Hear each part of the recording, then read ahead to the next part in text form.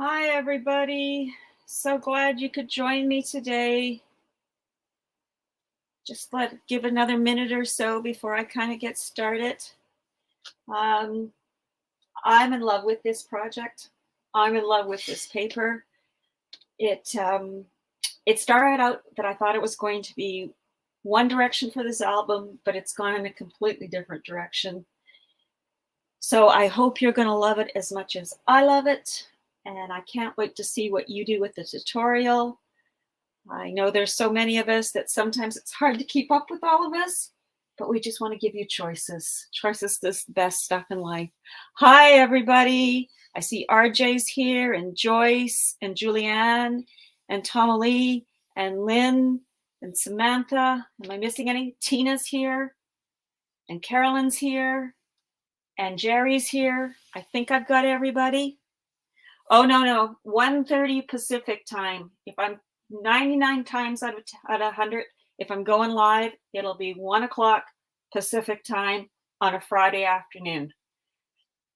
If everything goes according to plan. Hi, Donna. So nice that you could join us. Hello, Miss Tiffany. Glad you were able to make it. So I was given this beautiful love letter paper. It's exclusive to Country Craft Creations. It is to die for. The 12 by 12 is gorgeous. The 8 by 8 is gorgeous. I used a little bit of 8 by 8 in this construction, but you could make it with one package of the 12 by 12.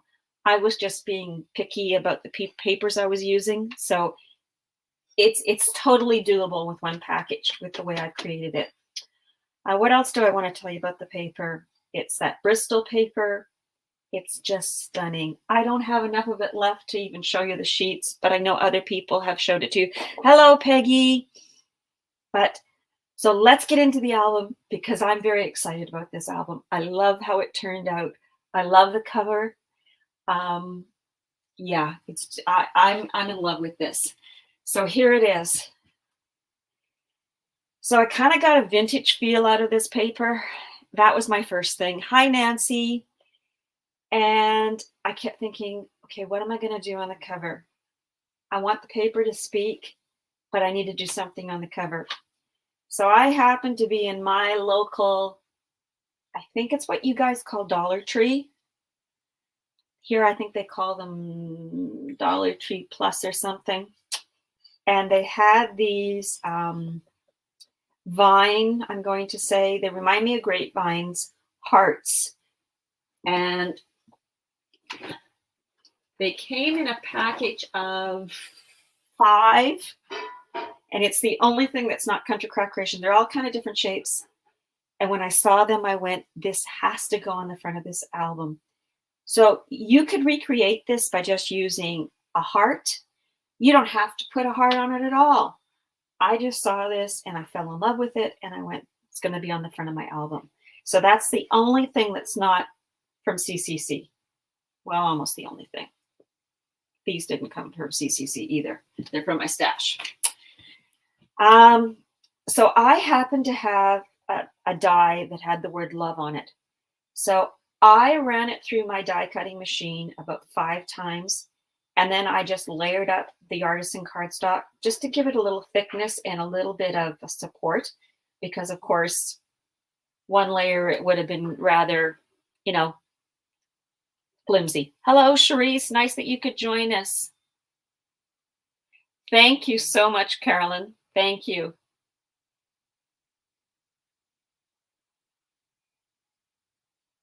Yes, exactly, Diane. Crafty friends are the best. Anyway, and then you guys know how much I feel or how much I embrace making my own flowers.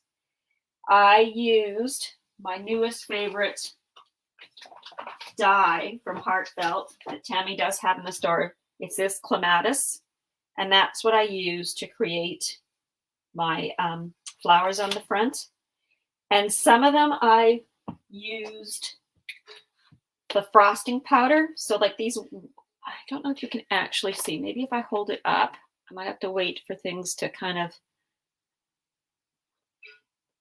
it'll take a second before I'm going to see. But the ones that have the white on them, that is this frosting powder. And I know that some people just add the frosting powder and walk away. The directions say to heat set it. And what I discovered when I heat set it, it seems to end up with a little bit whiter tone to it. So that's just another FYI about the frosting powder. And then these other flowers, like this one, and this one down here, these two down here, I use the clear, crystal clear that Tammy has in the store. So Tammy has both of these at Country Craft Creations, and they're awesome products. They last forever. Like, I've had these guys for forever. And you use such a little bit. Oh, Tina, you're in 2 places today. See, when you're on Scrapbookers, I get to see your first name. Hi, Sharon. I love this die, Joyce. It's, like I say, it's my new favorite go-to. And it just makes such beautiful flowers. And then what I did is I added prills to the center of my flowers. And I used, and I've had these forever too, I used the Guilt Trip, which Tammy's selling in the store, and the lettuce, oops, sorry, that was off, and then I had to print something. Lettuce Entertain You, they're a green. So I thought just for a little bit of, hi Jen, just for a little bit of, hi Sharon, Miss Sally, you've joined us. Thank you, Sally. That means a lot because you make some beautiful stuff. So I just, you know, not all flowers have to have the same centers, even though I was looking for the same paper. I also inked all my edges of my flowers. Each layer of my flower I inked before I even put them together. And yeah, they're a little darker than I thought I was going for, but you know, I quite like them like that. So, and then, like I say, these corners I had in my stash.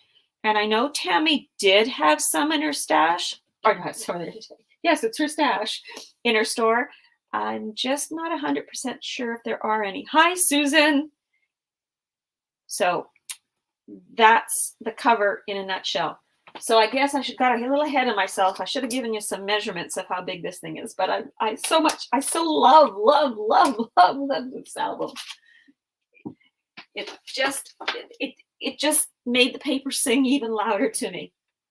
So the cover of this album is 6.5 by 8.5, and I believe I have a 2.5-inch spine going on here, and I do. Now I need to tell you something about the dies I used. This die, these dies. I took some of Sally's words to heart. You know how when Sally talks about going into your stash and foraging, or going to your house and forage?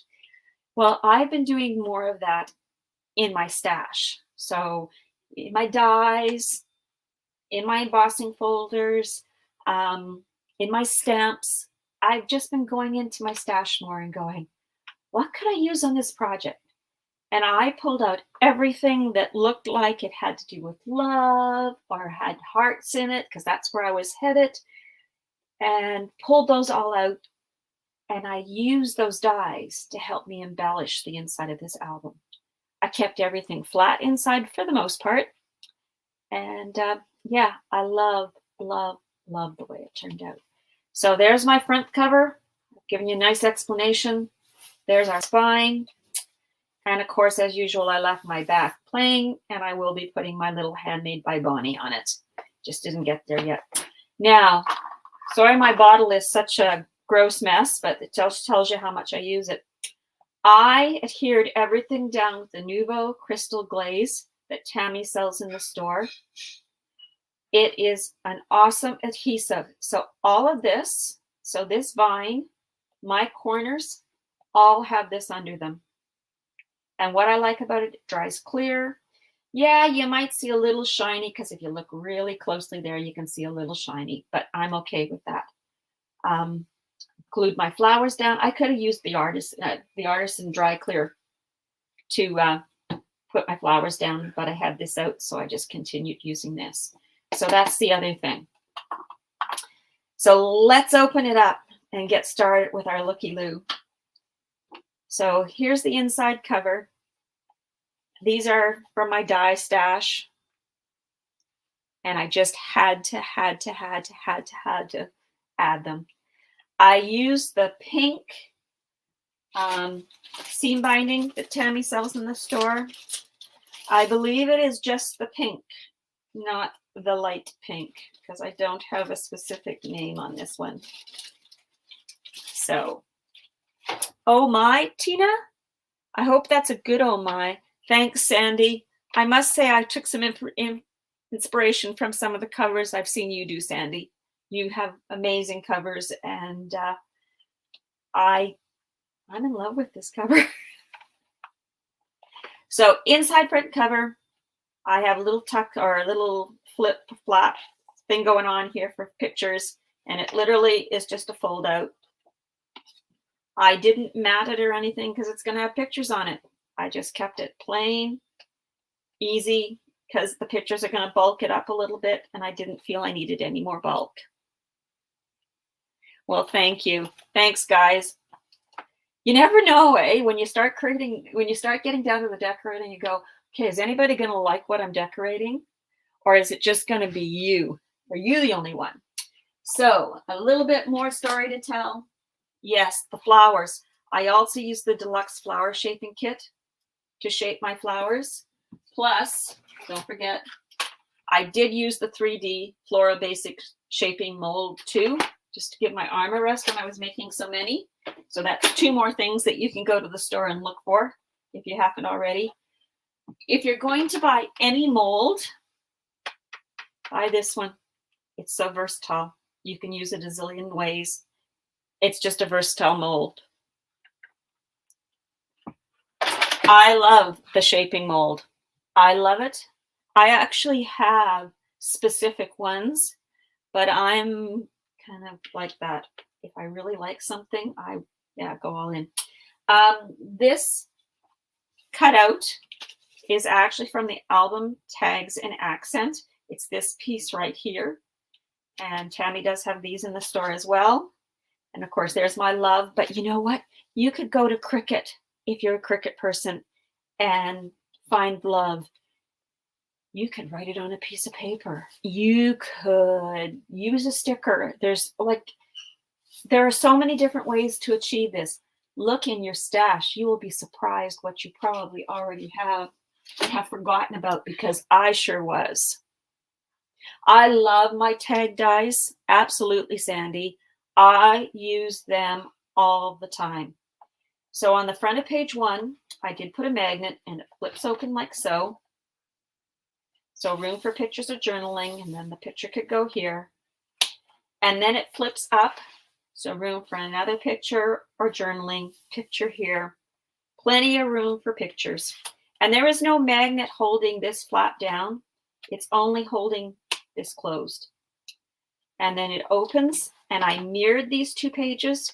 And I also wanted this paper to speak. So that's why I kept my embellishing to a minimum. You know what? I love these hanging hearts. I have had this die for forever. Forever. You're going to be seeing more of this die because I love this one. But like I say, look in your stash. You probably have something similar. Not only probably, I bet you do. So this is a closure. This is a little slide on my belly band that holds it shut, so there's no magnet. And then it opens. Got to be careful that I stay in foam. And it opens. And then it opens again. So there's a lot of real estate here. And it doesn't, Sandy, this paper really doesn't need any embellishments. It sings to me like crazy. Like crazy. It was just such an easy paper to work with. Now, I just realized I forgot to put my pattern paper strips, so I will be going back and doing that. But, you know, that's what happens when you get excited. So this is a mirror of the other side, so it opens, and then it opens. I'll go this way this time, and it opens, and it opens. And you know me, I'm a matchy-matchy kind of girl, so, of course, everything had a match. And then my belly band will just slide like so. And these belly bands, or this closure actually slides right off if you want it to. And you could adhere it, but I kind of like the versatility of it, that it will move. At least in my world, that seems to work. So there's back of page 1 and the front of page 2. And the back of page 2 is a pocket. And you guys should all recognize this die. This is the die out of the albums of Tags and Accents. And I love it. I love the way it lines up. It's just the perfect die. So if you want one tag die that you are going to use forever, that's the one. And I won't say the rest. I just used a little bit of seam binding and some twine to just give them a little decorative edge. They're plain on the back. And it's just a shallow pocket that they're sitting in. And then there is a magnet that holds this shut. So it opens with room to journal or a picture. Don't know what I got there, but I'll have to go back. And then it opens this way. And then there's a little flap here. So this is just a heart die I had. And I'm kind of in love with booklets right now. So we got a booklet going on. I did do this front and back on this particular booklet, and I'll show you why. Because when I slide it into this pocket, it flips open. And I didn't like seeing just the black.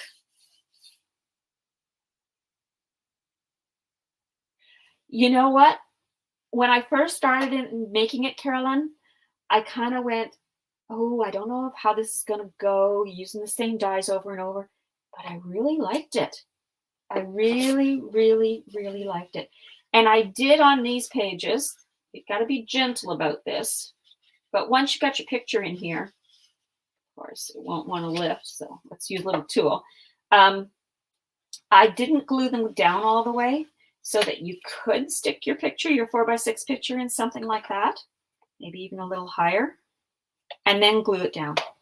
So that was my thoughts there.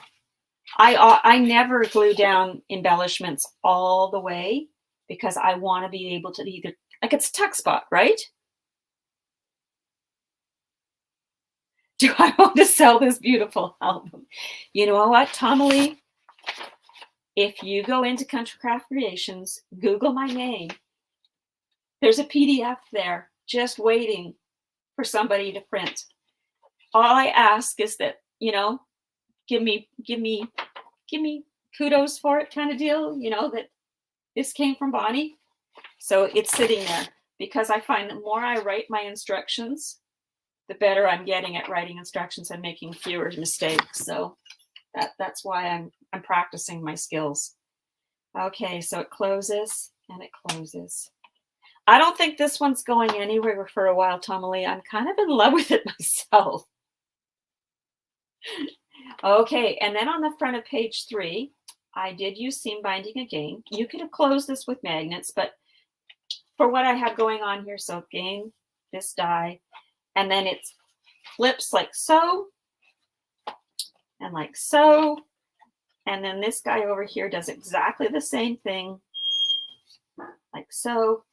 And then I'm going to go back to this die set, this album Tags and Accents. I use these 2 little corners because I thought, I haven't used those. Let's give it a try. And all I did is I laid my mat down for my picture, decided where I wanted it, and I just glued them in the corner.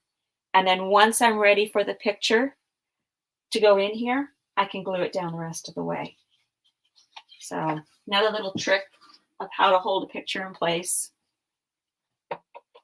Like so. And remember, I'm just your matchy-matchy kind of girl when it comes to things, so that you see that a lot in what I do. And then you back of page 3. So it's a 4-page album. Of course, there's that love word again. 2 more of those gorgeous tags. And that's what's holding this flap closed. So it flips and it flips. So room to journal, room for pictures. And then it just tucks in the 2 tags. That's what holds that closed. And then another shallow pocket here with a booklet. And I did not add any pattern paper to the back of it, you certainly could. I just chose not to. This is a piece of 8x8 because I found the postcard on the 12x12 was too big for this application. So I went with the smaller, and I like the way it turned out. So like just a shallow pocket. Again, like I say, I forgot to add my strips, but I can go back. The back of page 4, again, there's that die, more seam binding. I believe I only used 2 magnets in this whole album, and the rest I did was seam binding. Oh, good question, Sharon. Does it hold up better? You know what? I'm not sure. I've never had a problem with seam binding not holding up. I don't know. Maybe Sandy can answer that one because she uses seam binding quite a bit too. I've never had any problems with seam binding. What I like about the seam binding, it's easier for me to tie into a ribbon, and it looks, hello, Debbie, and it looks nicer. There you go.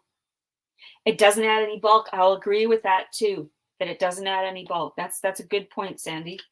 So here for little pictures, and again, it's not glued down all the way, and neither this heart, neither's probably not the word I want there. This little heart over here, you can slide your picture in underneath it or underneath it like so.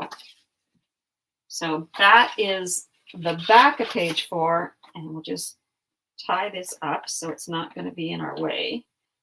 I just like the way seam binding ties. That's why I continue to reach for it. Oh, good. You haven't missed out. I was just walking through the album itself, Sharon. So, or pardon me, I lost that. That was a Sharon. I'm just walking through and letting you guys know what we're going to be creating. And here are a set of stacked pockets. Again, that love die. And these are 3x4 cut aparts that I made. Go in the bottom pocket. And then there's this book, and again with a heart on it, and it just opens. So lots of room for real estate. You could have 2 of those booklets in this pocket if you wanted to. There's enough room for it. And again, we're to the back cover, just flipping back. So that's what we're going to start today. This is probably going to take 2 weeks to get it done. So I'll be live today. And I figure today what we'll get to is we'll get the cover made, hinge in, and the base page on the hinges. And then next week we'll do the flips and the flaps. So we'll just see how our time goes today, and then we'll know just what we're looking at. So there's our project. I can't wait to see what you guys create. Please make sure to share, like, post. If you haven't been over to my YouTube channel, please go over there. And if you haven't subscribed, please subscribe. And like, of course, and share if you want to. Like, that's how we get out there, that people know what we do. And yeah, I love this. I know I've been making small projects lately, so it was time to go back to a more substantial project. And we're going to get started now, because the more I talk, the longer it's going to take us. So I've got everything cut off screen. Just going to move my table now in a little closer so that I'm not reaching so far. And you're going to need 2 pieces of chipboard that measure 6.5 by 8.5. You're going to want to put adhesive on the back. And then the spine piece is going to be a piece of chipboard that measures 2.5 by 8.5 with chipboard on the back of it, 2. And now I'm going to bring my instructions in and have them sitting beside me. Hopefully they won't interfere too much with things, because that's how I keep track of where I am and making sure that I'm giving you the right measurements. And then you're going to want to cut some cardstock. Now I'm using craft for my one I'm going to do today, because I think I don't know quite what I'm going to do with this second album I'm making, but I have an idea. I have a piece of pattern paper cut. Whether it actually becomes that or not, I don't know. All right, so the 2 pieces of cardstock that are going to wrap the front and back cover, you need 2 that measure 8.5 by 10.5. And remember, I do that lay flat. No, Joyce, it's not under guides yet. I do need to put it into guide 19 because that's kind of where I put things. I will add it to, I will add it probably to that guide 19 because that's where some other tutorials are that I've put PDFs and that kind of thing. But if you Google my name in Scrapbookers, you should be able to find the PDF that I added there last night. Okay. And I will do my best to remember to throw it into guide 19. So for everybody that's just joining or those that I didn't say hello to, thank you for joining me today. You have no idea how much it means to me. So we got two like this, and then our spine piece is going to be a piece of cardstock that measures 5.5 by 10.5. And I like to start with my spine piece first because I like to give it some extra time to dry. I don't know why. It's just what I do. It's a habit. That's all it is a habit. All right. So we're going to shove it up into our scoreboard. And if you were watching Tammy last night, here is the easiest way to determine how big you need to make your wings. So this is how it works. My spine is 2.5.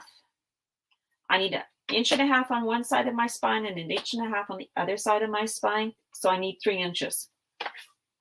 I add 3 inches to 2.5. And that's how I get how big that piece of cardstock needs to be to cover my spine so that I have my wings. So we're just going to add our spacers. Yes, they come plain, but a friend of mine gave me some wonderful vinyl and it's lovely on them.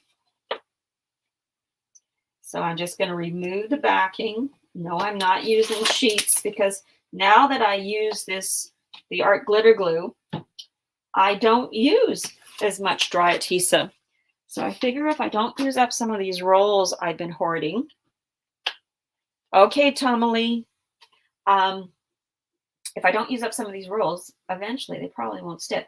So all I'm doing is I'm butting my piece of chipboard right up to this spacer that's at the top and right up to my spacer that's along. This is wrong. Oops. Let's see if we can get this off. I used the wrong spacer. And nobody said, Bonnie, wrong spacer. Bonnie, wrong spacer. See, this is how you get to see it in real life. This is what happens. Exactly, Lynn. I should have read that before I got going. You are exactly right. Well, I am a fan. I do use undo because that's how I'm going to save. I know Tammy would tell me, just rip it. It'll be fine. But I can't just rip it. So you get to see me. Yes, I am a user of undo. I'm hooked. I know it's lighter fluid. Don't have any flames around it. And if you don't like the smell, thanks, Jen. This is not beautiful. This is an oops. So we'll get the oops out of the way now. See, I was talking. We're almost there, ladies.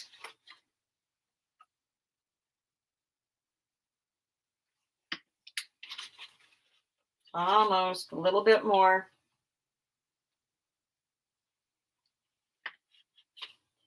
If you've ever been to retreats, I'm the helper that goes around saying, did anybody bring undo? There we go, saved. All right, so we're just gonna swish it like that. Get the top back on this so the fumes don't overwhelm me. All right, let's start again.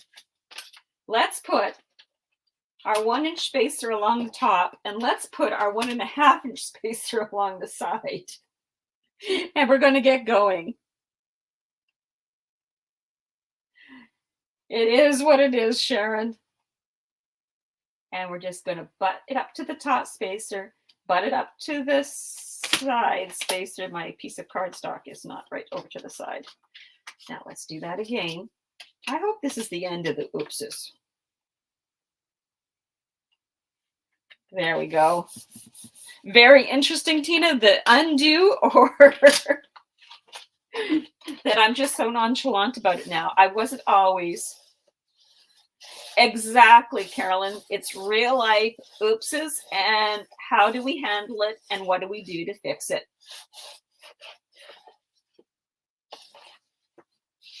Anyway, so now what I like to do is I like to wrap my seam my cardstock. I like to fold it right over, and remember, this is the craft artisan, so I know I can be this brutal with it.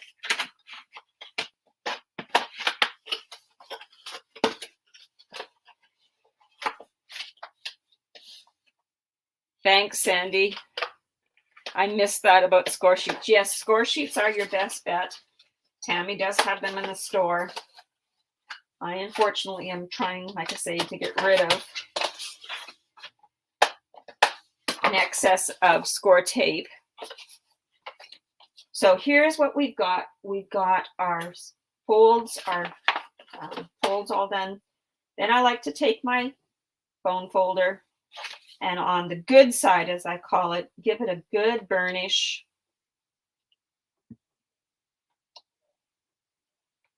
Because I want it to lay flat. Okay. And I'll redo that again. So now I'm going to take my scissors and I'm going to cut out my 4 rectangles. And basically what I do, I'm going to start over here on this side to start with. I cut up the fold line to the X. I don't want to get too close to my chipboard because then I'm going to end up with a hole. And then I repeat this way. And it's nice when they just fall out. And then I'm going to repeat over on this side, just up to where the 2 fold lines intersect.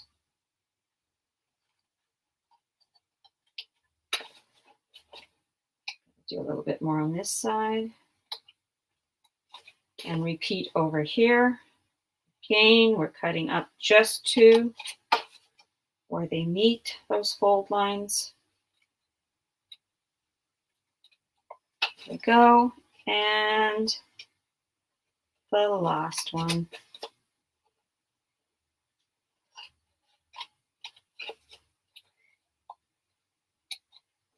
And we'll talk about those wings here. Just going to put this big one away since we don't need it in our way. Okay, Tomalee, you didn't miss anything. You might have missed my oops, but you didn't miss anything. So again, I'm just going to burnish because I want my paper to get used to laying like that. And then what we're going to do is I'm going to fold over my wing and I'm just going to do a teeny little miter of my 1-inch tab that's at the top of the chipboard. And I'm going to repeat it on the other side. And again, I just button my scissors right up against the edge of the chipboard and then just pivot them a little bit and miter. And we're going to repeat it on the other end. So butting it up. And I turn my work whatever I feel I need to do. And you just want a slight miter because all you want to do is you just want to get rid of the bulk when you fold it over so that it's all going to lay nice and flat when it actually turns into a book. And I'm going to get my art glitter glue out. And we're just going to run a bead of art glitter glue right along the edge of the chipboard. So I'm not putting it on the chipboard. I'm putting it on the cardstock just to moisten those fibers. Helps prevent cracking. Not that we have a lot of it, but you know, we can have some. Let's get out something to take care of glue. And now we're going to fold it up and over. Oh, good, Sean. I'm glad. That's what this is all about. I've got an old one, so let's get a clean one. You don't want to see that one. It's been used when I was gluing things and, you know, that's what happens. Okay, I'm going to turn to the other side.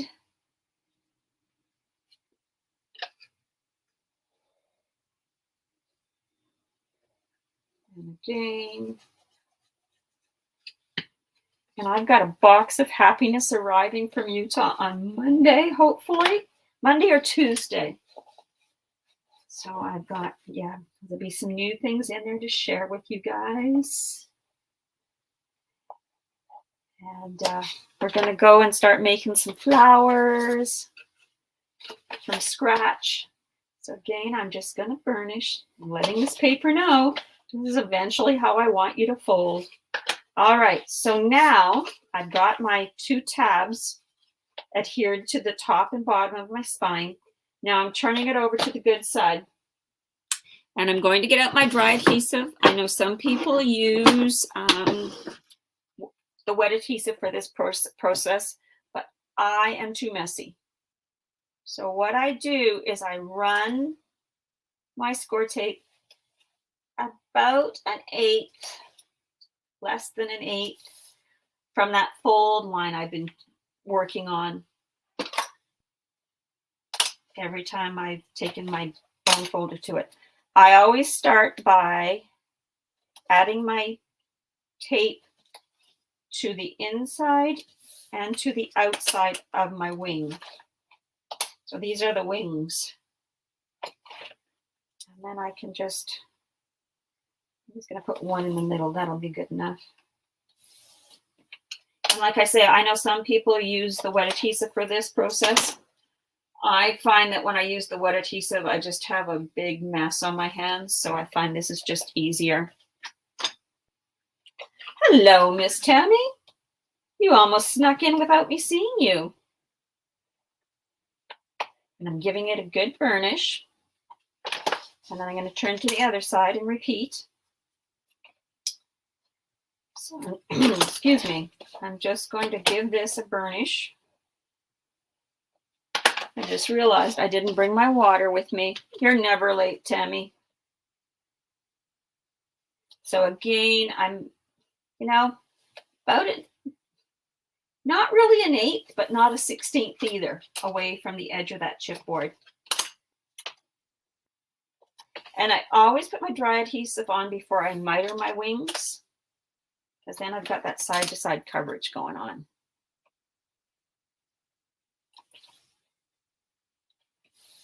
All right, and we're going to burnish this side. Give it a good burnish.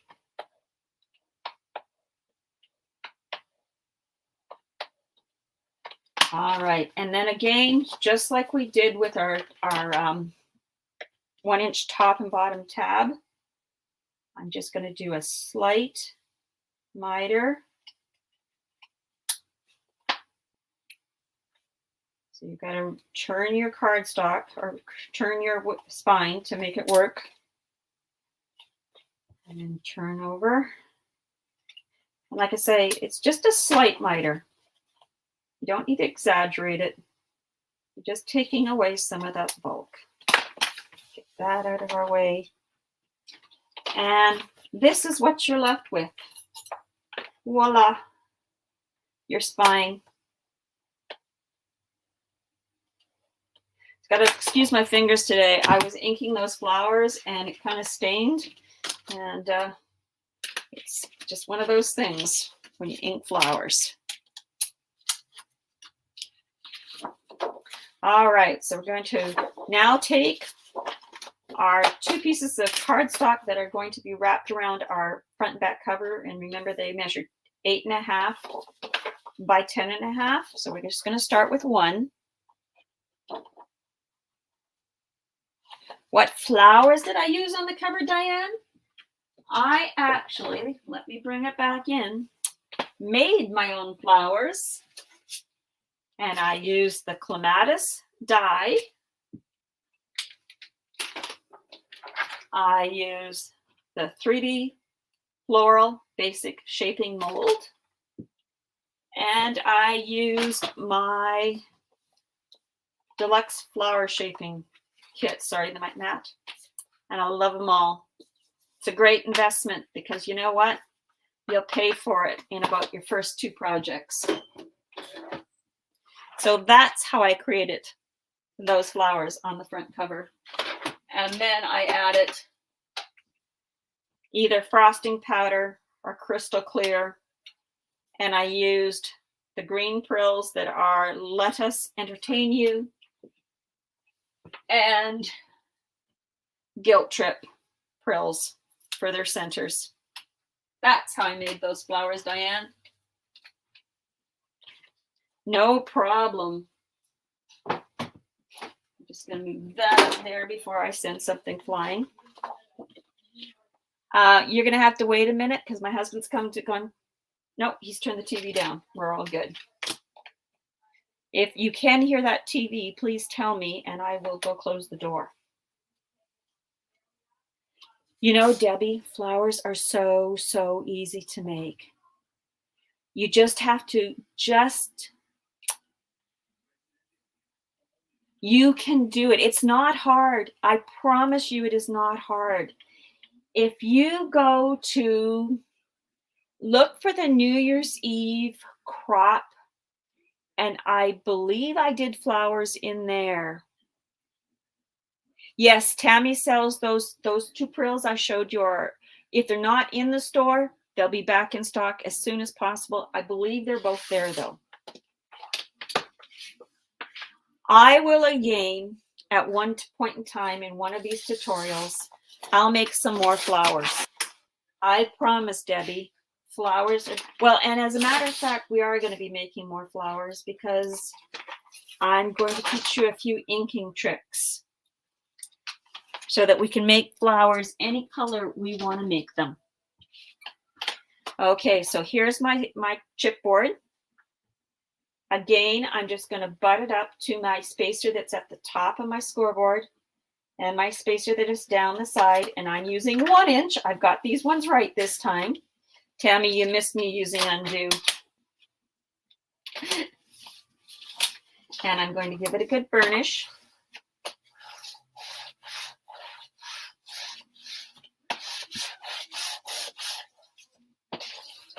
And I do like to burnish well because that's what keeps everything. And again, I'm just going to repeat what I did on the spine. I'm going to fold over my cardstock. And because I'm using the Artisan, I know I can. Thank you, Sally. Yes, the prills. Those prills are amazing. And you know what? You use such a little bit of them, they go forever. Exactly. Exactly, Tammy. Can you imagine that I could have stayed as calm? You weren't here for it. Yes, when Tammy first met me, I had a little bit of OCD. I still have a lot of OCD. All right, so what we're going to do is we're going to cut out the squares this time. So this, what were rectangles the last time are now squares on our actual front and back cover. So again, we're just cutting up to where those two intersect, those two fold lines. I repeat this on all 3 corners.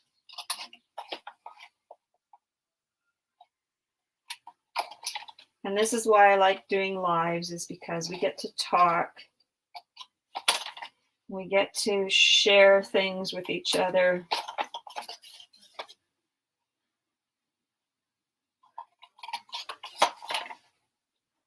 My husband and I were in town this morning. I said, we got to get home. I've got a 1 o'clock live. Exactly. What you see is what you get. Yes. I've never been one for polished videos. So again, I'm mitering. The real life is what you're getting.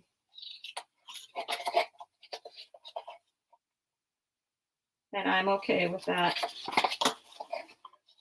And I know video recording works better for some people.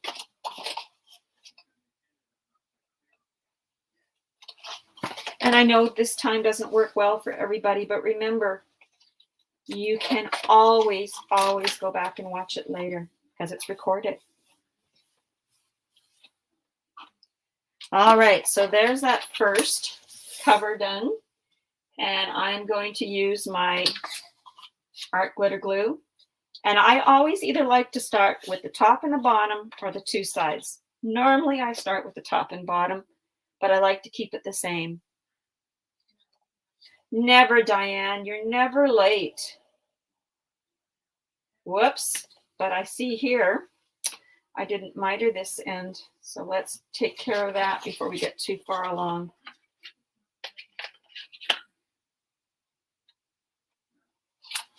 There we go. Okay, let's reapply some glue.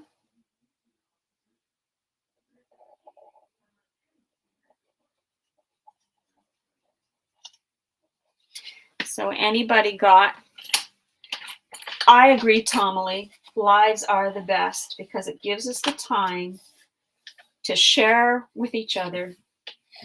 And we all have talents. You know, I've learned so much from you guys.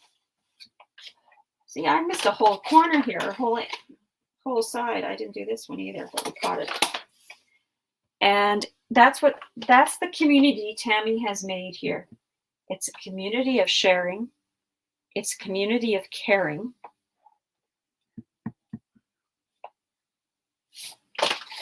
It's just a beautiful place.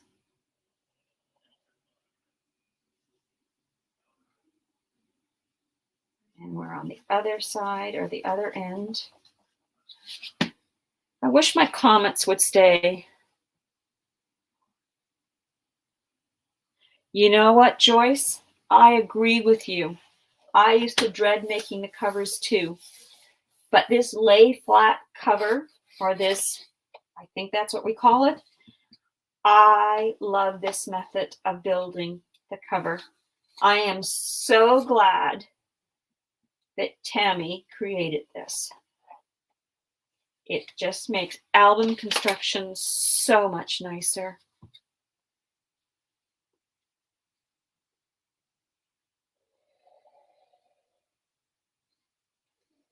So now I'm doing the two long sides.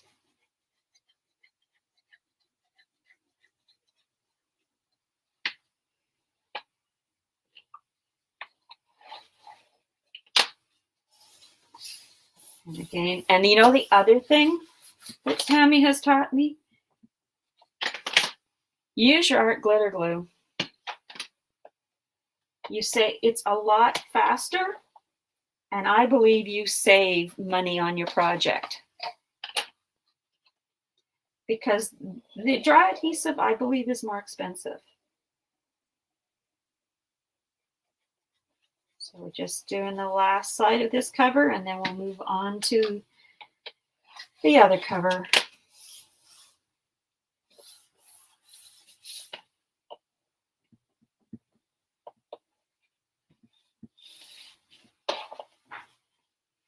There we go.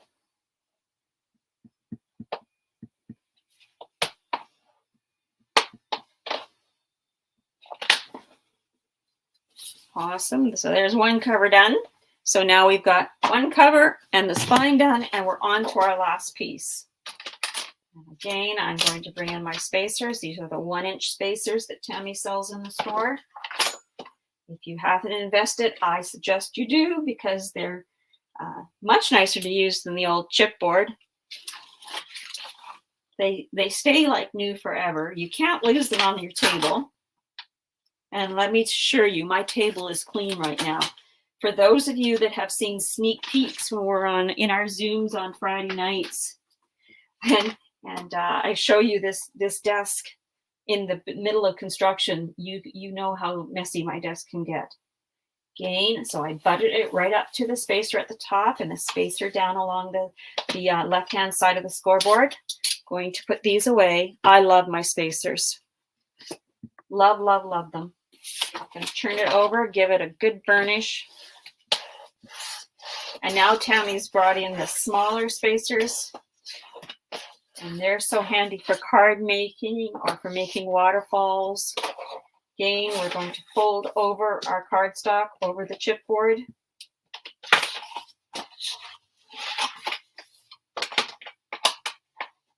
So this is all sepia ink from inking my flowers. It's a little like when I peel potatoes, it stains my skin something awful. Okay, and let's do this side. Two long sides now.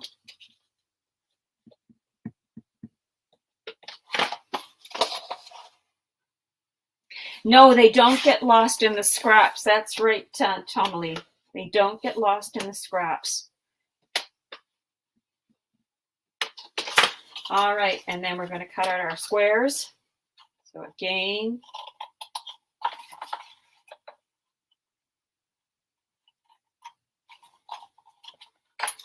and this one. So anybody got some interesting plans for their weekend? Does anybody? Oh, Tina, you are going to love your spaces when they come. You're going to wonder why you waited so long to get them. But I know we all have our budgets and we can't get it all. But those spacers, they're a game changer. Because when you use the chipboard ones, what I find what's happening with mine is I would lose them. Oh, lucky you, Debbie. I wish I was crafting all weekend long. No, I have some other commitments, but I'm going to try and get some crafting in. Oh, are you guys ice? Oh, I didn't know that. Sandy, I didn't know you guys had an ice storm down there in Texas. I've been a little occupied, so I haven't been keeping up on news. Well, I hope it's not as bad as the one you had last year. Was that last year when they had the really bad one down there? So I'm mitering around my 1-inch tabs.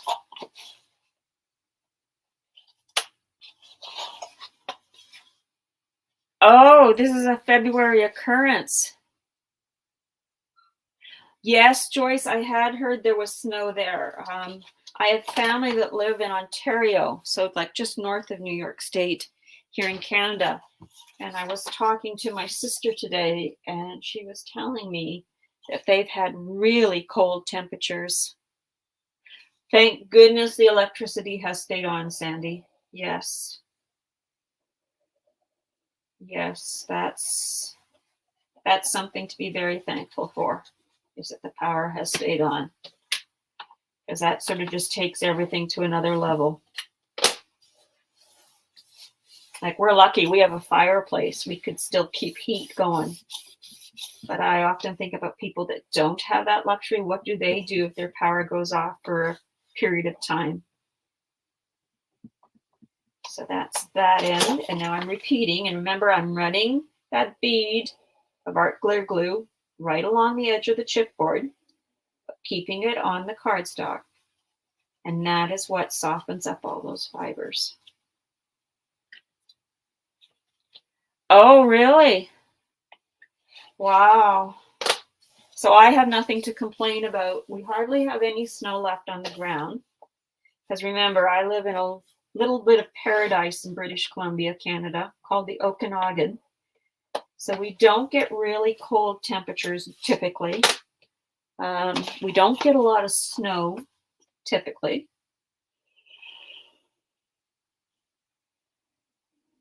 And our temperatures, I'm talking Celsius. So keep in mind, when I say -3 Celsius, that's like, I don't know, 29 Fahrenheit, something like that, maybe a little cooler than that. Like, it's still cool, but it's not freezing. It's not like -30.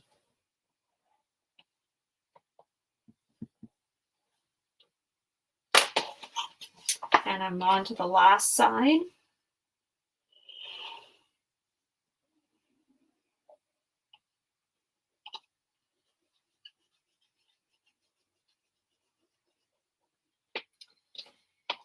And glue and fold. And there you go. So we don't have it completely together yet, but in 56 minutes, give or take a minute or two, with me showing you the album at the beginning. I should have checked the time when we were getting ready to start work. No, thank you, Diane. I don't want any snow.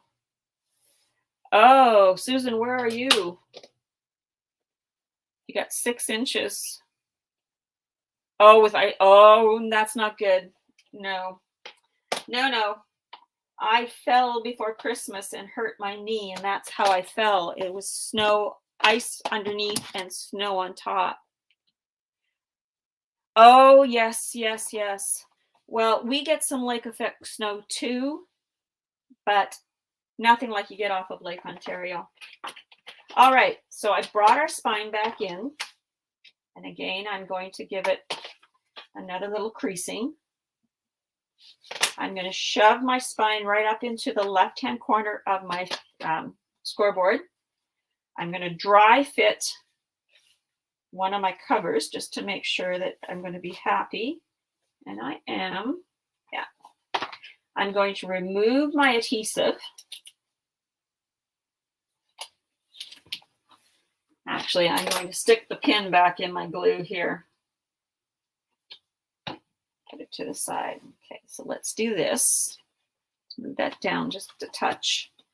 All right, so what I like to do, I can't remember who introduced me to this. I like to have this far side of it up a little bit, and then I pull it off the back of the spine, and I lay it down. And then before I get and then I like to lift it up and make sure that it's flush, because I still would be able to remove it at this point in time. And I am happy with that. So I'm going to give it a good burnish. So I'll show you again when I do the other side. That's one of my little tricks of keeping my spine and my front and back cover lined up. So I always dry fit. More for me. There we go. Yep, looks good to me. Yep, OCD, you've got it there, Joyce. If you ever get to a retreat and you need help, I'm your OCD person. All right, and again, I'm lining it up, and I'm just going to lift up the right side. I just bring it down. As soon as it sort of falls off the edge of the spine, that's what I'm looking for. And that's how I get them to go, my front and back cover, to go on straight for me and to line up the way I want them to line up. And we're going to give this a good burnish. And I always call this is the wonky stage for our cover. What is the tool? It's just a little picky tool that I've had forever, Teresa. Nothing fancy. You can get these or something similar to it.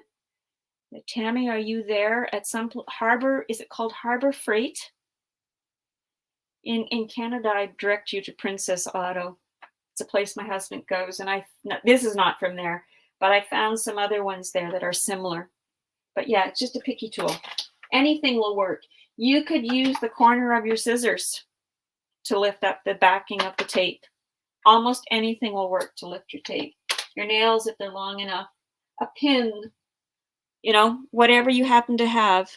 All right, so let's move on to what I refer to as the spine reinforcement piece, because right now I've got this wonky album going on, and I need something to stabilize my spine.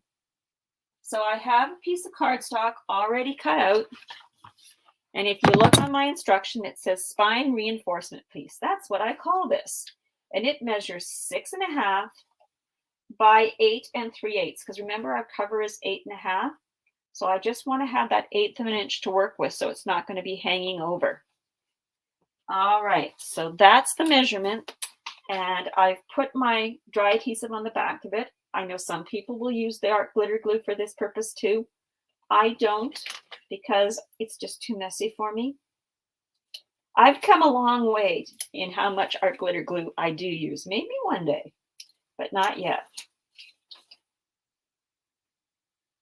And I like the fact that this, with the double-sided adhesive, will get into all the cracks, the nicks, and I'll show you that in a second. So if you've got anything that's overhanging, I like to fold it back. This is the time to do that. And I'm happy with the rest of it. Let's get our album cover back in here. And hopefully my head will not get into the camera, but it might have to. I usually hover with this. So I just make sure I've centered it. And I know what the next question is. You're going to ask me, how did I come up with that 6.5 inches wide? I know my spine is 2.5. So I added, what did I add? 2.5. So I added 4.5 inches. I usually just make it, if my spine is 5.5, I usually add an inch to it. There's the formula I use. So if my spine piece of cardstock is 5.5, I usually make my spine reinforcement piece 6.5 wide, just so it's not bulk all laying in one spot. All right, so now we're going to, and it's terribly scientific, other than I want to try and make sure that I'm even top to bottom. I think I like that.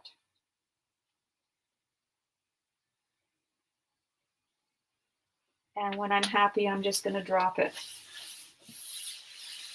And then I'm going to take my burnishing tool. Hello, Sheila. So glad you could join us. Giving it a good burnish. And then I use several tools for the purpose of my next mission. I want to make this spine reinforcement piece dig right down in between the spine and the front and the cover. And I do this very slowly. I have more than one tool. Just don't use the tip of this one or the other one.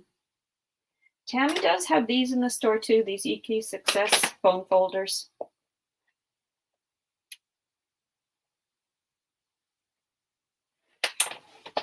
Like so. And what I'm looking at when I look at the outside is I want to make sure that I don't have anything that's not laying flush. And again, just up here at the top. You want to make sure that you're getting this spine reinforcement piece right into the seam. And then I'm just going to repeat on the other side. And I start slow. I start very slowly.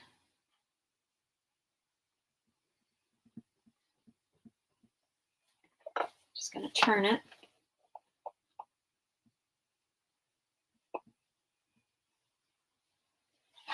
Okay, go back and use this one.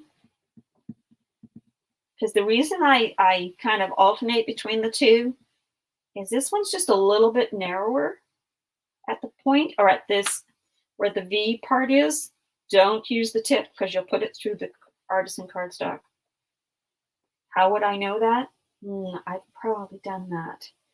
Yes, in the old days when if you put a hole in something, you had to start from scratch again because patching it wasn't an option. Where with this system, or with this cover, I can tear my spine off if I need to and go back and start fresh. That's the nice thing about the way this book construction is. If you mess something up here, you still have the ability to cut it, to rip the cardstock off and start again. And you haven't lost your front and back covers, and you probably haven't lost your spine piece. So there is the book, as I call it, put together, done. And we did that in an hour and 6 minutes, including the walkthrough. So there is the book. So we are going to set it aside for a second to talk about the hinge. just going to put my book cover up there. And I have started using 5/8 of an inch of gusset between my pages. I find it just gives me a little bit more space, not as much bulk. Gives me room to decorate if I want to. And that's a huge thing, to be able to decorate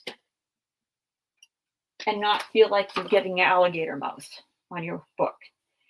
So our hinge piece is a piece of cardstock that measures 5 7/8 by 8, because our pages are going to be 8 by 6 when they're finally finished with constructing them. And I'm just going to move my little Post-it tag, and then we'll walk through the scoring. I've done my scoring already, but I'll walk you through it. So you're going to score at 1/2, 1, 1 and 5/8. So the 5/8, so 1 and 5/8 is just the little tick past the 1/2 inch.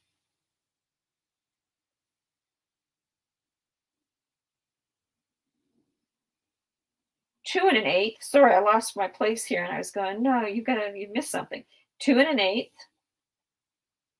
2 5/8, 3 1/4, because this is your gusset. So 3 1/4, 3 3/4, 4 1/4. Then you're going to skip over here to 4 7/8. So that's the little tick past the 3/4. You're going to do 4 7/8, and then you are going to do 5 3/8, which is the little tick just past the 5 1/4. So that's all your scoring for your hinge. And then typically, sometimes I glue, sometimes I fold. Today I feel like folding first. So I'm going to fold on all my 1/2 inch score lines. So I'm folding on my 1/2 inch score line to start. Then I stand it up on the next score line. Then I miss this score line. So this is this. Let me get something that's going to work. This is my gusset. So I'm going to the next 1/2 inch score line. Hope that makes sense how I've said that. I'm just going to fold it back on itself. And remember, you're going to work on these hinges for a bit. And then I'm going to stand this hinge up. And I just usually just take my paper and I fold it down onto my scoreboard to make my hinge stand up.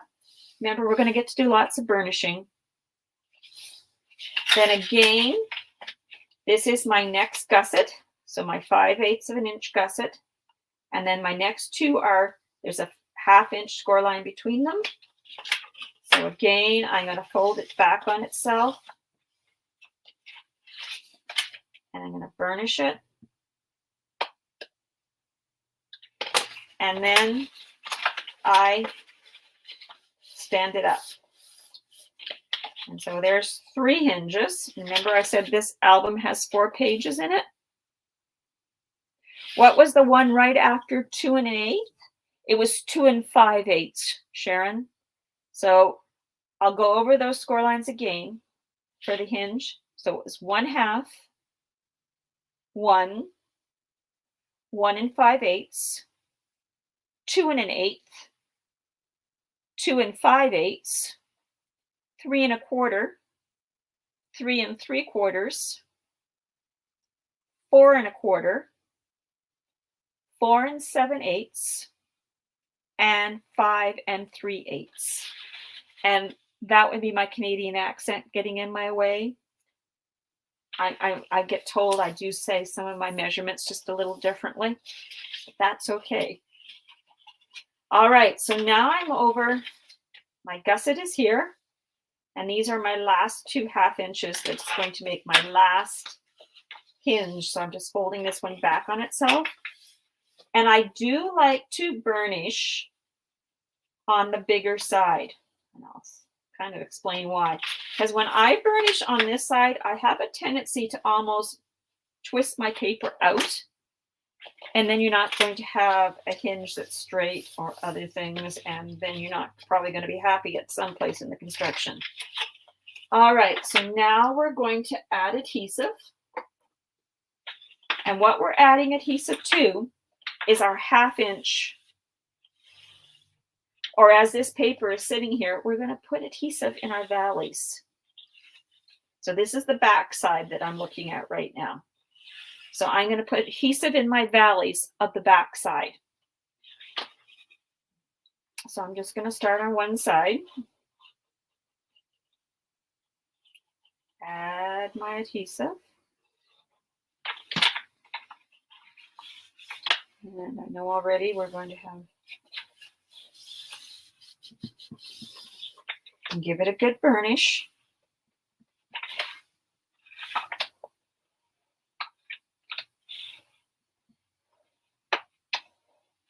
And remember, Sharon, if you go over into Scrapbookers, or you are in Scrapbookers, you can find the PDF in there.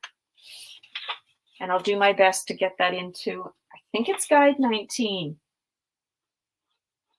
is where I try to remember to put things. I don't always remember, but I try.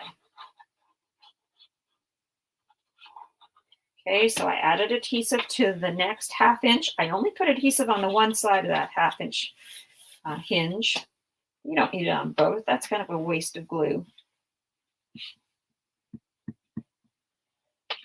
Give it a good burnish.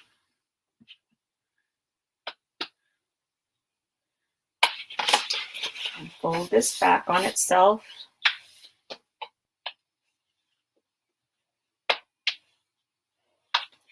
And let's go to the next 1/2 inch.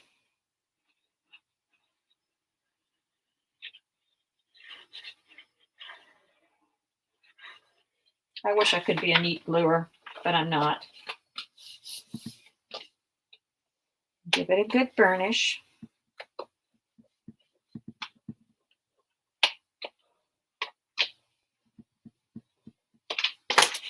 Fold it back.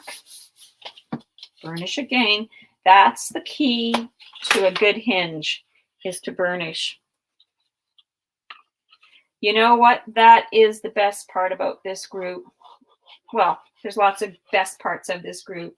I've made some amazing friends from joining this group, and have had amazing opportunities from joining this group.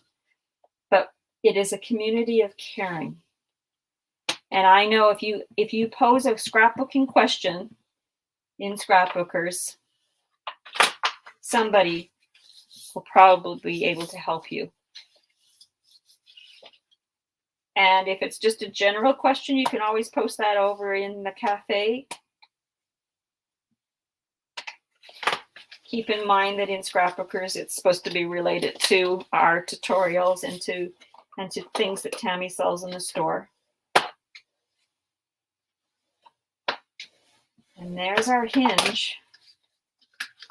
And I like to burnish them both ways. So what I've done is I fold my hinge in one direction and I give it a good burnish.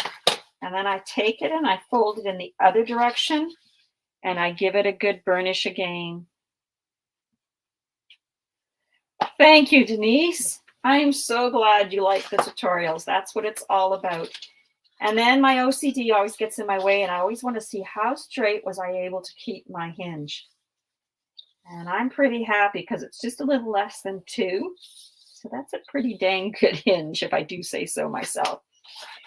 That's why it's so important, because if your hinge is wider on one side, chances are when you start putting your pages onto your hinges, they're going to get off kilter. And yes, you can fix it, but it's so much nicer if they're straighter. If you take a little bit more time on your hinge, in the end, it's going to pay off. So I have an idea for what's coming next, or what this album is going to end up being when I'm all finished it, because I don't have enough paper to do another love letter. So I have some other paper from my stash, and I was thinking I kind of liked it. It's kind of got a wedding theme going on too, but that's okay. Lots of weddings this year. Or next year. I don't know where those weddings are. Anyway. I'm adding my adhesive. And I always like to lay my pattern paper down. And I always cut my pattern paper for my spine the same size as my spine. So my spine is 2.5 inches wide. That's what this piece of pattern paper is. And it's 7 7/8 tall. So again, I like that 1/2 inch border.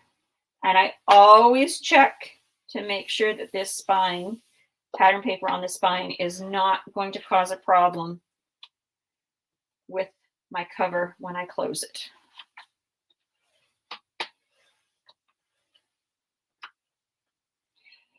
Yes, that's right, Sandy, but I think it's still there. I haven't been in there for a while. There's a guide 19 maybe that's kind of got my tutorials in it. Because I do them live, I kind of throw them in there after so they're easy to find. I try to, I don't always remember. Maybe they're not there anymore. That could have happened too. But if you Google my name, you'll find all the tutorials. So now what I'm doing is I'm just kind of deciding where this hinge is going to sit. And I'm just going to put a couple little marks. So I put a little mark down at the bottom, kind of put one on the side, put one over here. I can erase these marks. Just give me a little bit of a guide. All right, and then I'm going to take my adhesive and I'm going to put it on the back side of all of those 3 gussets we made when we created our hinge.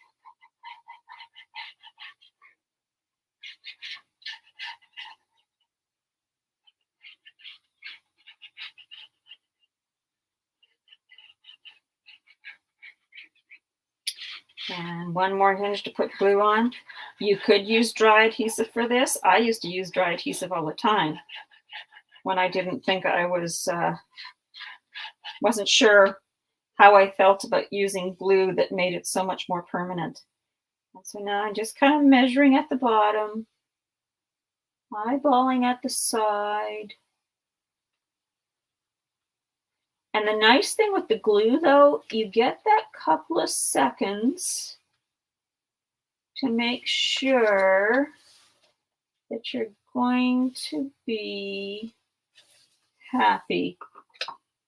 And I often do take my little measure, my little ruler. I like to have about 1/4 inch, and when I'm happy, I'll start burnishing them down. It's guide 18, thank you. Thank you. I was off by 1. When I said 19, I wasn't sure. But yes, I try to put my big tutorials in there. Like when I'm doing cards and things like that, they don't always make it in there. But when I'm doing something like this where there's going to be a couple of parts to it, it's handy. And I'll put the PDF in there too.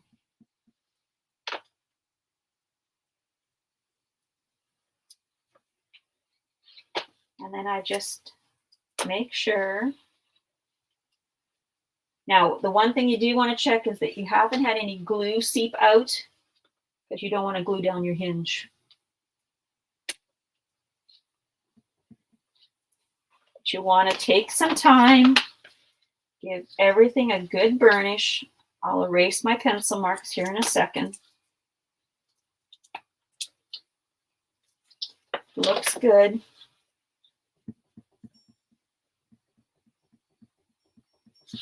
One pencil mark. I can hardly see the pencil mark over here. I'll try this one on the bottom. I can hardly see it. There we go. And there are our 4 hinges.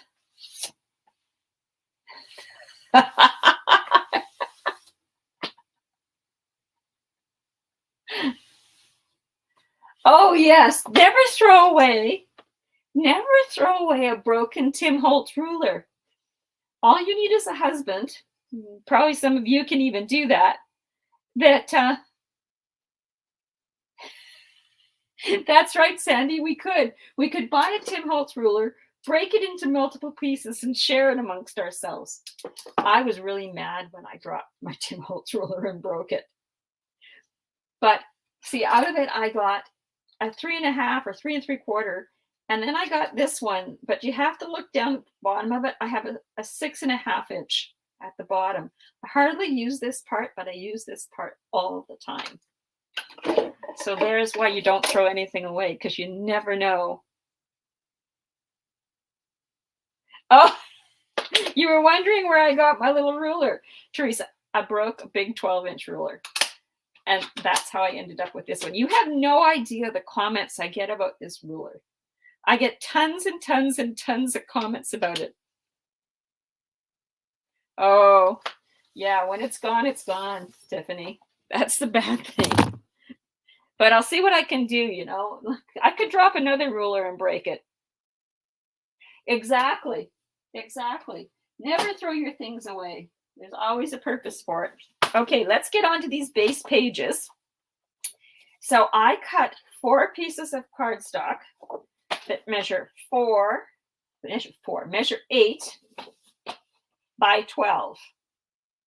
And on the 12-inch side, I scored at 6.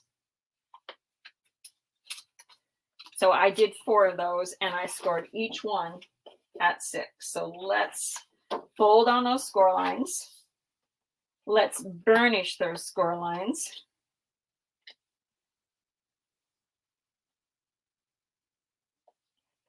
There you go. Yes, Tammy. You know, oh no, that might work. I was going to say maybe she could get spacers made that are, 3.5 by 1.5 wide. But I do refer to my the marks on this, so you'd need it like a ruler, because then it's versatile. But that's a good one, Sandy. I like it. Okay, let's burnish all the other 3.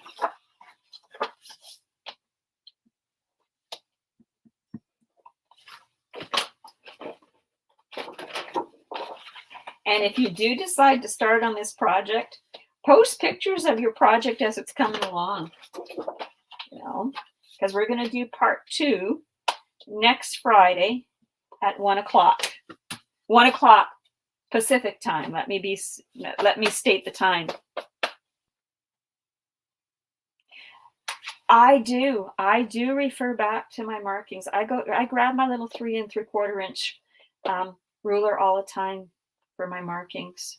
I don't know what I'm going to do when they finally wear off. Maybe I'll paint some on. Who knows? All right, we're going to bring the book back in. Now, this is the point in time you want to decide what's going to be the front of your book and what's going to be the back of your book. And how I determine that is I kind of look at a few things. I kind of look at the way my spine went on, which side I'm happy with. I also look at if I've done everything, like if everything's centered on my hinge itself.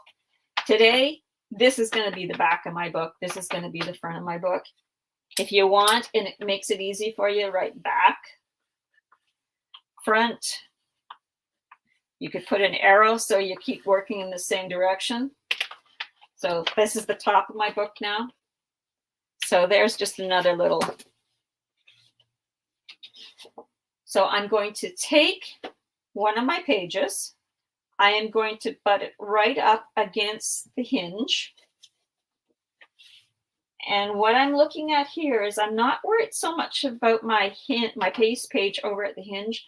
I'm more worried about how it looks over on the right-hand side, whether the top and the bottom sort of have the same distance, whether it looks straight to me. That's a big important thing. And then I like to fold over my hinge just to make sure that it's all going to work the way I want it to. And there was a bit of, I heard it kind of catch, so I might move it out just a touch. I know what it is. It's actually right here. My hinge just needs a little bit more burnishing. It's just catching. It won't after my base page is on. Okay, so we're going to add adhesive to the hinge. Some people add it to the base page. I add it to the hinge. I keep it to the top of the hinge. And the reason I do that is hopefully so I don't end up with a glue mess sneaking out. And I just fold my hinge over. I wonder if you guys can hear that creaking that it's making. I promise it won't make it for very much longer. Making sure if any glue does, that wasn't the same creak. At least it better not have been. Or you will see me tear my book apart. Okay, let's fold over our hinges. Didn't burnish this hinge. Well, we're going to burnish it now.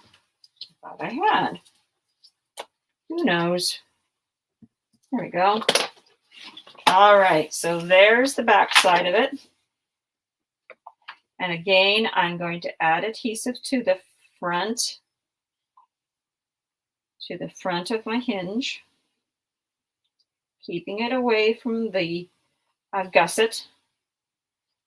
I add some glue along the bottom. Now you can add glue along the top or you can make inserts. I didn't for this particular album because I was happy with the space I ended up having. So again, that's a choice. You could put inserts in the top. I just chose not to. And I'm burnishing it well.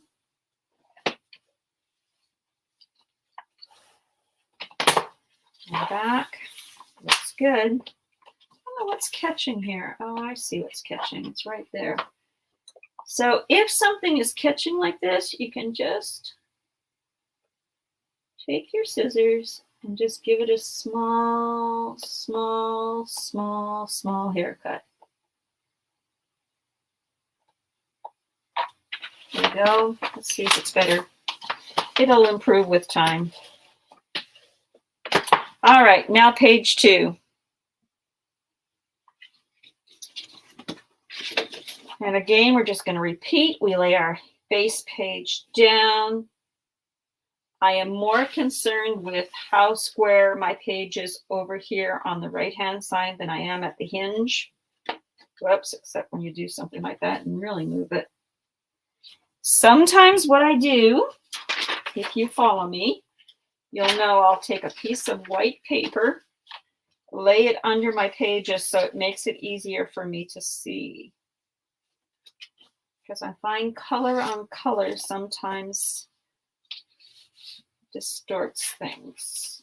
Yep, I'm liking that a lot. So just hold it in place. Take my adhesive. Run the glue along the top portion of my hinge. And then fold it over on the base page. You only got 2 more pages to put in, and then we'll be done for today. And like I say, I will go and add this stuff to Guide 18. It's good. So we're going to run some adhesive along the bottom of the base page.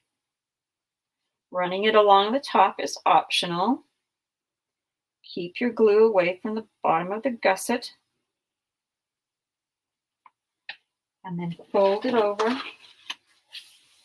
and burnish it down. Now, except when you do that, let's try that again. So what I did there is I pushed my whole base page a little to the bottom. I'll show you in a second. I always watch that my base pages aren't overhanging the hinge itself. And there's page 2. All right, let's move on to page 3. Now remember, we're working from the back of the book. I'm just going to repeat this again. Like so.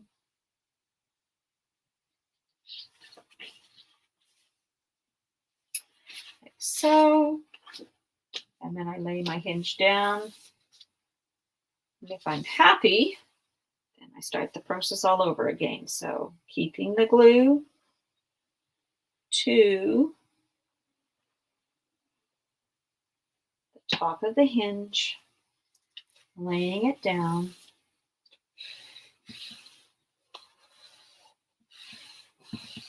and give it a good burnish.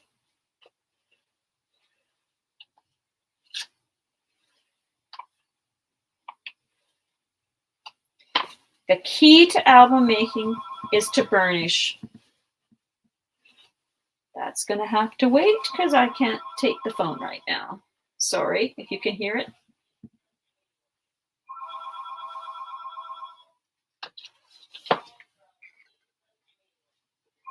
And then some adhesive along the bottom and on the front of the hinge, keeping it away from the gusset, the glue.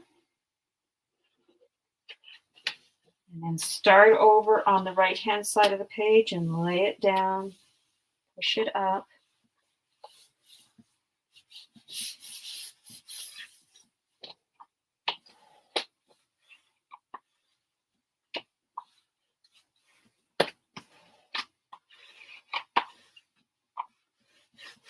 Burnish, burnish, burnish.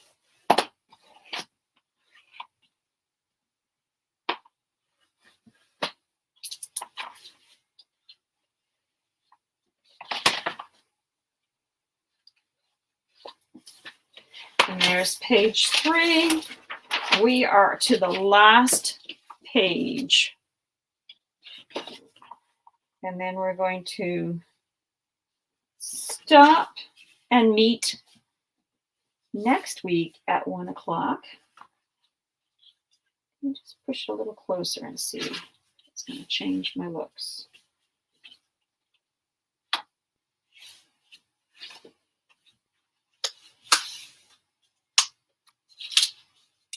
A little catching, we're a little too close. So where it's catching, it's a little too close to the hinge. So I just back it off a little bit, making sure that, again, we don't move it too much, that I'm keeping it nice and square at the outer side. There we go, that's much better. And then we're adding the adhesive to the top of the hinge.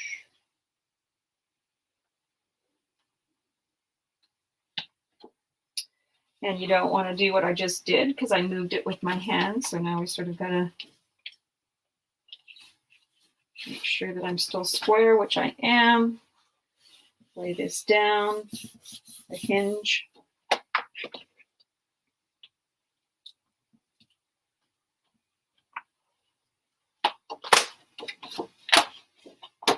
All right, we're going to add adhesive to the bottom of the base page, to the outside of the hinge, or front of the hinge, I guess is what I want to call it. And fold it over.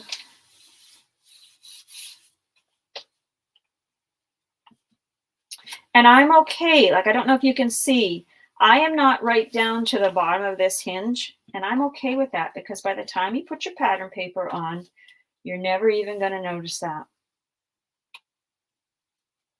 That's why I always say to people, when you're cutting pattern paper, measure your page, because you never know. It might be a different measurement than my base page was. All right, so here we have it. We have our 4 base pages in our album. What a great start.